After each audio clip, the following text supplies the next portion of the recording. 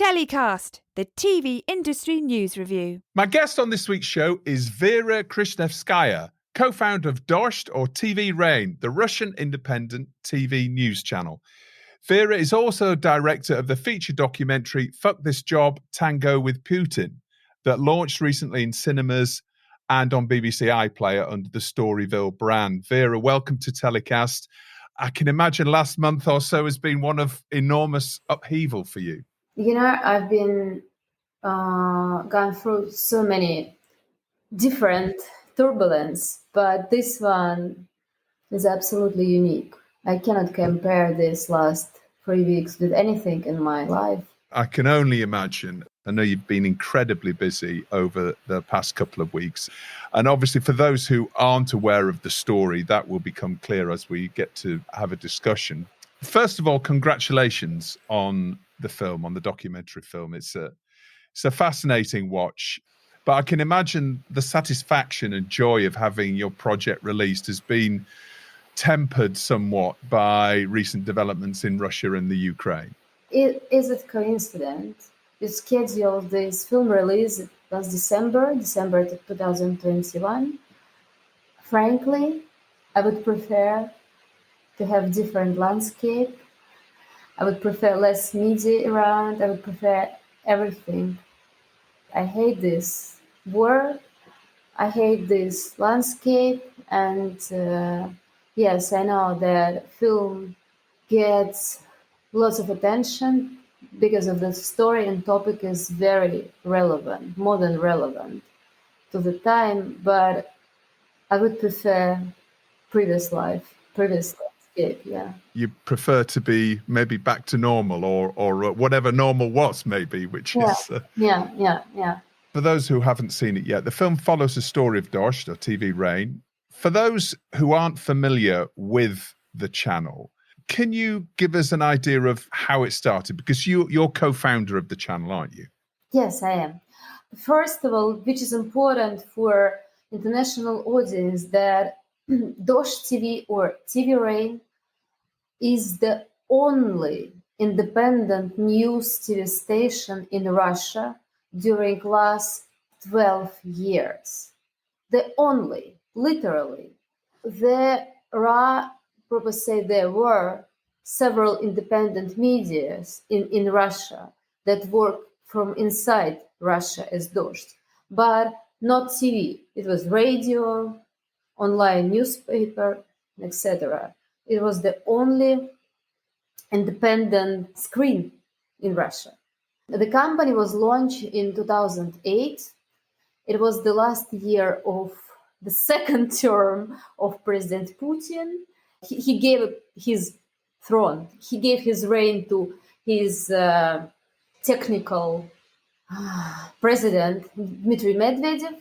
But for us, it was a sign of hope. Because back then, we didn't know what kind of plans Mr. Putin has in his mind. And we thought maybe he won't come back to Kremlin. I didn't think so.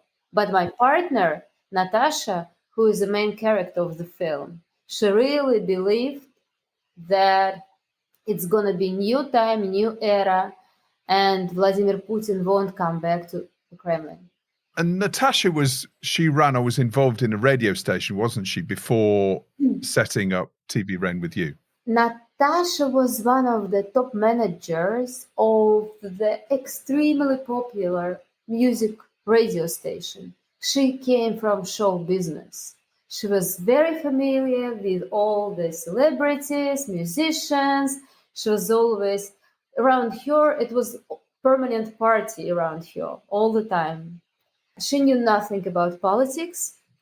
She could say names of president and premier minister of Russia back then. Nothing more. Right. Okay. She was a completely apolitical person, and she had never ever voted. She didn't participate any election by 2000. I think her first election was 2012. So we have her as a main protagonist of the film, socialite, flamboyant, dancer, top manager of music radio station, wealthy. She just got married to successful banker, Dolce Vita, beautiful life, money, everything, whatever you want. And she came up with the idea, I want to have TV empire. So it's how we met. I was by then I was working for 15 years on independent television. I was multi-awarded TV producer and director. So we met and decided to launch new TV station. It was 2008. It is the beginning. It is the settings of the film. And we follow her journey, my journey, and country's journey during next 12 years. And she was wealthy. She became poor. She was enormously positive. She became much less positive. She's still an optimist, but she is very profound, very devoted person, citizen, very responsible. She is a real fighter, and the Kremlin didn't estimate her properly because they had no idea that they had to pay attention on a dancer, on someone from show business. They didn't pay enough attention. They underestimated her and you. Yeah. Yeah, yes, absolutely. So the company was shut down 3 times. The last time it was Friday, March 4th, 10 days ago. Company last broadcast. 2 previous shutdowns were different because never ever in 12 years of Dozht's history, Dozht postponed news broadcasting even for a day. And right now it is a completely new page of this group of people history, 10 days without broadcasting. And it is a completely new reality. It's a red line, borderline between our previous life, our previous obstacles, turbulence, everything, and this reality. Yeah. You know, what struck me was when you launched the channel, it was about optimistic TV, wasn't it? That was the hope. This was TV for normal people.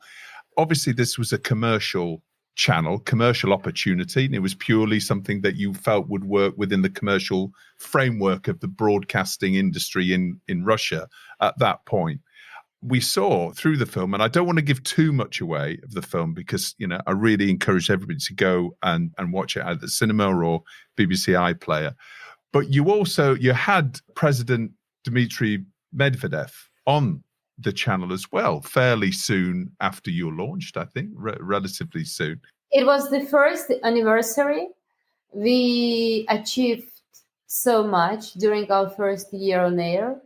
The president back then, Medvedev, came to our studio to greet us, to say hello, to meet us, to talk to our audience. Yes, it was completely a regular thing that president steps in small, tiny, independent media.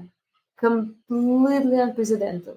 At that point, presumably you felt that, okay, we're now in the focus of the Kremlin, or that, you know, the establishment in Russia is taking notice of us, obviously. Do you get the idea that they wanted to transmit their messages to your audience, to a different audience than perhaps they could communicate with through state TV? Important that the first shutdown of the company happened before Medvedev's visit. Oh, really? Yes. It is out of the film because otherwise film would be 3 hours long. So the first shutdown happened on our 10th day on air. And it happened because we got a license as a media. Natasha was very transparent. I got a license so I can make a media. But in Russia, it doesn't work like that. If you want to make a media, if you want to make a news especially, you have to get your supervisor, or you have to negotiate it somehow with the presidential administration. Otherwise, it won't work. That's not enough to get a license. Natasha knew that. I told her about it, and many people around asked her, "Did you get a permission? Did you get a permission?" She responded, "Yes, I got a license." And people thought she's crazy, and but she wasn't. On our 10th day on air, we got a lesson. We got a lesson that you have to somehow negotiate with us your existence. So we were cut off from cable providers. We got agreement. We started selling advertisement, but we had to forget about it and start from the beginning, from on internet. So Medvedev came to our office when we relaunch our broadcasting again, not through cable channels, but by through satellite and internet. And we achieved a lot. And especially in Moscow, people were talking about us, because we did a completely different job. If you watch television, state television, and us, you got a feeling that it's two different countries. Are they broadcasting from the same country? So it was completely different picture. It is from the beginning, it was oral reality, completely staged, created propaganda. Not that level as we have now, easier, simpler, and etc. But already it was clear that there are companies, they follow some specific kind of, not order, but they have the same list of stories, the same angles of stories, and another company with completely different world, completely different picture. So, of course, yeah, your question about Medvedev, of course, he thought to find his audience among 25 plus, very proactive people, very well educated, because we had always premium audience. The one thing that struck me was, it looked incredibly exciting as a young business growing incredibly rapidly. And, many of us have worked within businesses that have been very successful from a startup or gone through a very steep growth period. And it's an amazing ride. But I think, looking at what you achieved and how you achieved it, that's kind of at another level. The channel was really meant to be a lifestyle channel, wasn't it? That started covering politics and protests. Am I right in saying that? Because some of the issues that you covered, particularly gay rights, which was, something that had never, I imagine, been featured on TV, was perhaps one of the areas that you broke through a bit of a ceiling at that point. And maybe that was an idea of what was to come in terms of your editorial approach.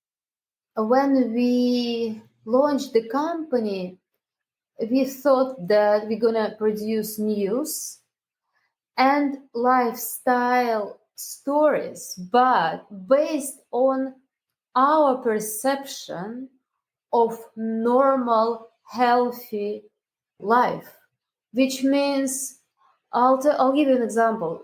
When we started broadcasting, we produced many very short, like 3 minutes documentaries about our values, about people we respect, people we love, people we share our values with.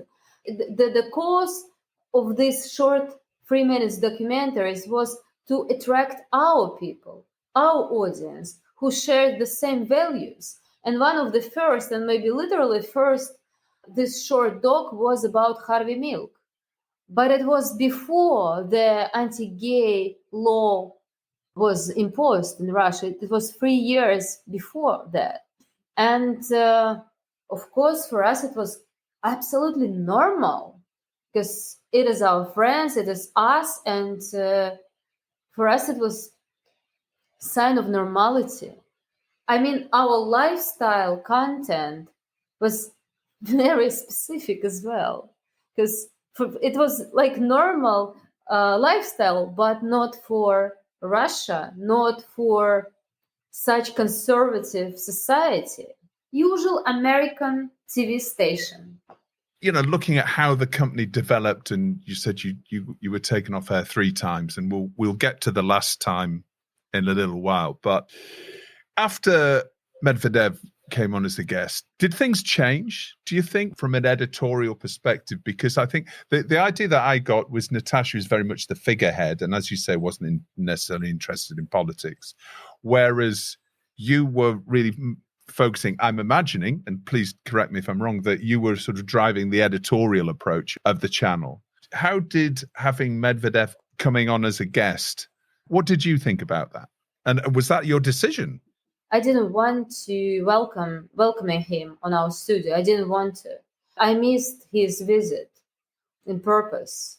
My fear was that Natasha might become closer to the power, to the Kremlin. But in my mind, and it is a will that we have to have a concrete wall in terms of personal relationship, in terms of any relationship, nothing except business with people in power. And I thought that his visit might poisoning us and Natasha. And I think I tell this story in details in the film. We had arguing and I left the company for a while. Fortunately for the company, Medvedev came to our office in April. It was maybe last days of April 2011. And in 4 months' time, on September same year, he returned his reign to Mr. Putin. Yes. Which was out of the blue for everyone, because everyone hoped that he will run for the second term. He refused and he changed constitution. He made term longer from 4 years to 6 years and returned it safely to his older friend, Mr. Putin. So that's why our Dozht didn't have time to manage any relationship with the Kremlin and presidential administration. So his visit was completely useless, as we know now, and in all means. So can you give us an idea of the Dozht audience then at that point in terms of how the channel built over the years? I mean, it's a sort of more of a younger audience. It wasn't a young audience because we were back then 35, 37. Mostly we made a company for our friends, for our generation, for people like us.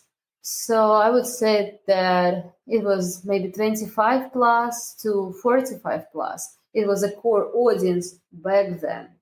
Later, the audience of Dozht TV became very diverse because by 2014, when Dozht was shut down for the second time, Dozht was in 30 million households in Russia. It's a lot. Yeah. It's a lot. It's a households. There's not a one person, it's a families. To give us some context, what about some of the other state-run channels? Was it competing on, was it fairly similar sort of viewing figures or? No. Because first of all, we were on cable packages. Most of them wasn't for free, but it was like tiny amount of money. I don't remember. Almost for free, but Russia, the big Russia, used to watch television for free. In every apartment, there was a TV set. You could switch it on and got 4 state channels for free. It is the core of propaganda even now. Yes. You could not watch Dozht by this way. You have to get cable providers or something else, satellite. So you needed something, some tools, some equipment to watch it. But still, it was 30 million households.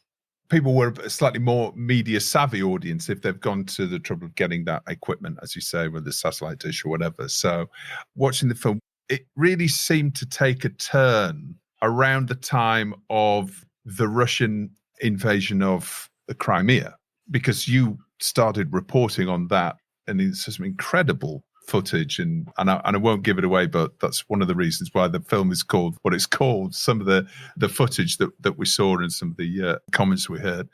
Was it the reporting of what was happening in Crimea? Did that change things for you? It was reporting what was happening in Maidan, in Kiev, the capital of Ukraine, main square, city center. There was a second Ukrainian revolution during last 15 years. The first one was in 2005. It was Orange Revolution. This one, it was November 2014. It's kind of another revolution in Ukraine. And there were enormous, huge protesting movement. People were standing on that square weeks, and we were covering the beginning of this revolution. We were covering them 3 months without stops. All our presenters learned Ukrainian. They could translate simultaneously Ukrainian into Russians. But landscape in Ukraine, media landscape in Ukraine was very different back then. And for most of Ukrainians, Dozhd was the only independent source as well. Okay, so it was popular in Ukraine as well, Dozhd? Yeah, it was extremely popular. Dozhd was switched on in every cafe, every shop, everywhere during Maidan. We call it Maidan Revolution. And of course, Russia and Putin, they were on another side. They were on the side of current president of Ukraine, Yanukovych. But we were covering protest movement against him. It became threat for Moscow as well, because we were showing that people can achieve. Because it's a very close people to us, not the same as us. They're different, but we are based on same cultural DNA and many things very common for us. And we showed people who want to be with Europe, who want to be integrated in Western society, and they are stubborn. You cannot move them from the square. Step by step, it was becoming a threat, and Kremlin openly had narrative. They might bring Maidan to Moscow. So it is how this war started.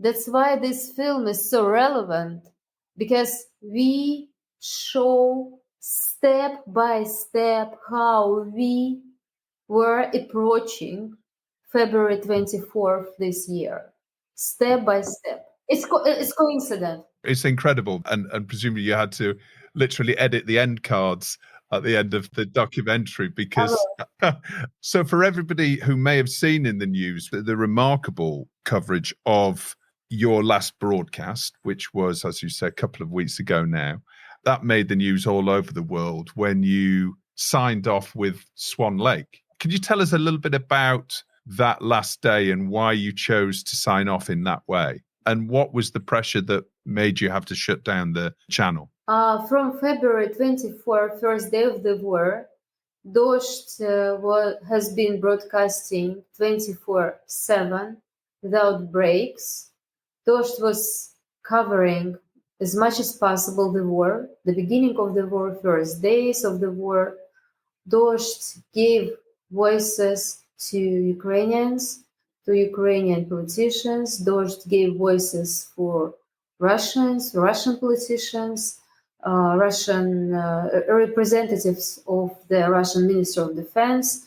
So we were quite balanced as usual. We gave two sides and we gave quite wide picture of what is going on.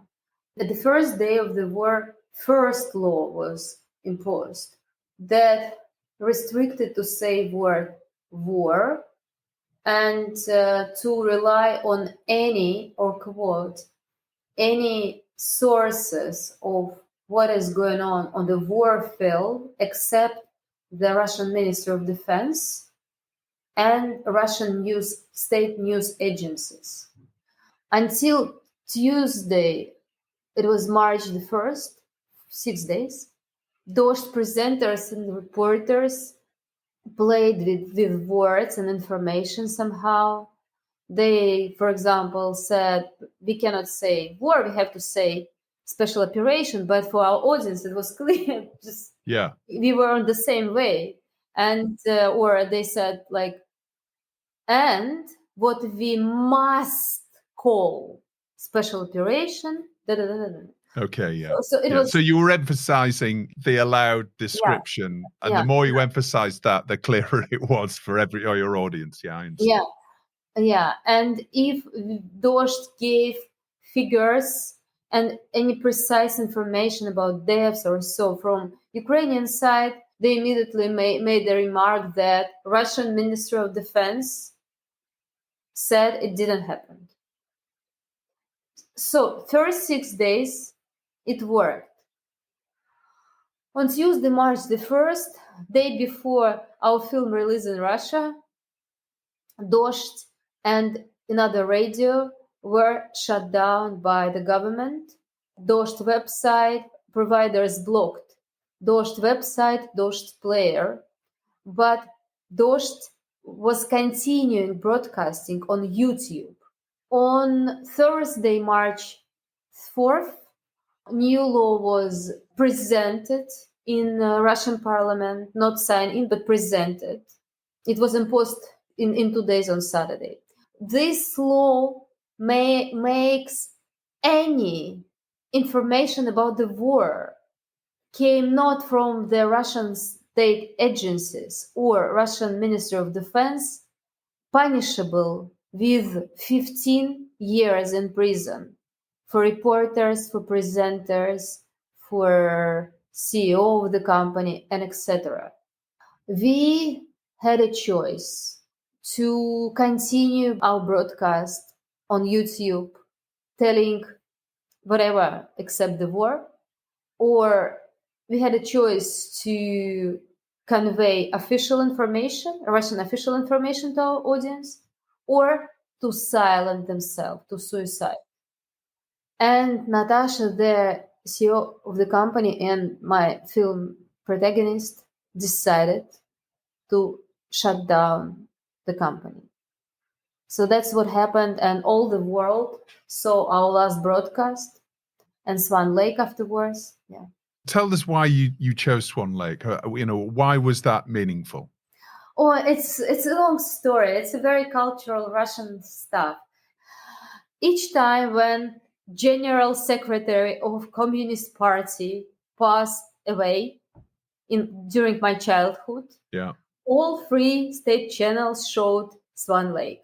And when the coup of 1991 happened, why Russians found out about the coup, they switched on TV and found Swan Lake there. It always was a sign of disaster. Disaster happened. So we finish our news broadcast, our statements with the Swan Lake in loop. That's a very strong cultural message you're sending there. So yeah, it was, and it's extremely sad. It's a tragedy, but it was so great. It was so great. That's the way to go out. Yeah. So we're recording this on Tuesday afternoon. Last night on Channel 1, so an editor, she ran onto the set of one of the main news shows, transmission, shouting, "Stop the war, no to war." What did you make of that? It is the first screen of the country. It's not just the first screen of the country, the Channel 1. It is the main news program. So it's extremely big. It's huge. It's a courage. In 1968, when Soviet tanks invaded Prague, Czechoslovakia, 7 people went to the Red Square with a poster for your freedoms and ours, in sign on the poster. And their protest lasted a couple of minutes. All of them were arrested. And 30, 40 years passed. We made documentaries about them. They became heroes. It was heroic act during Soviet time. What we saw last night, it was replica. It was completely the same action to intervene in this news broadcast and the main TV channel with this anti-war poster. So most likely she is in a custody now, and we don't know what is happening with her.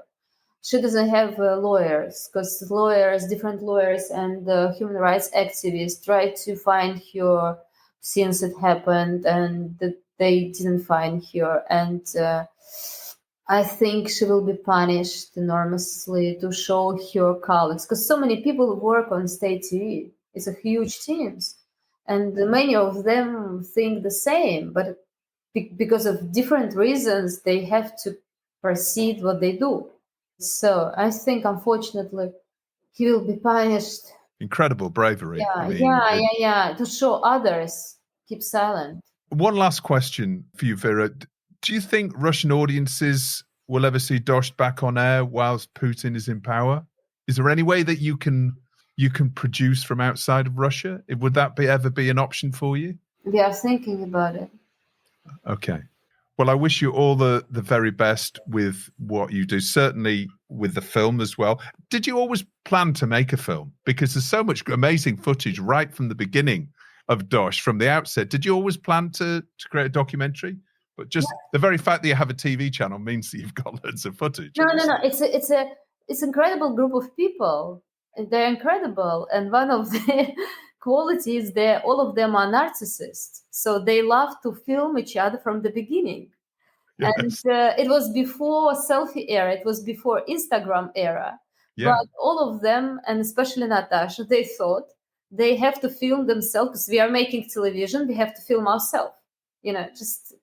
That's how this archive was built. It's really a stunning watch. So everybody, I'll put a link in the episode description of the podcast to the film's website and to iPlayer. If in the UK, you can access it there. Vera, thank you so much. You've been super generous with your time. I could speak to you for another hour because I've got so many other questions, and I realise I've run out of time. Hopefully you're in London. Maybe I'll see you at some time and we can carry it on. But thank you again. Wishing you the very best and what happens, certainly with the film, but also with Dozhd. Thank you so much. Thank you. Bye. Bye. Well, that's about it for this week's show. Don't forget to rate and subscribe to TellyCast and share it with friends and colleagues. We've got a brand new website that includes exclusive feature content from TV's opinion leaders and journalists. They're all free to access. Just sign up at TellyCast.com. And while you're there, why not sign up for our free newsletter as well, TellyCast Plus. You can also follow us on Instagram, LinkedIn, and Twitter. TellyCast was edited by Ian Chambers and recorded in London. We'll be in Lille for Series Mania next week, so if you're going, we'll see you there. If not, until next week's show, as always, stay safe.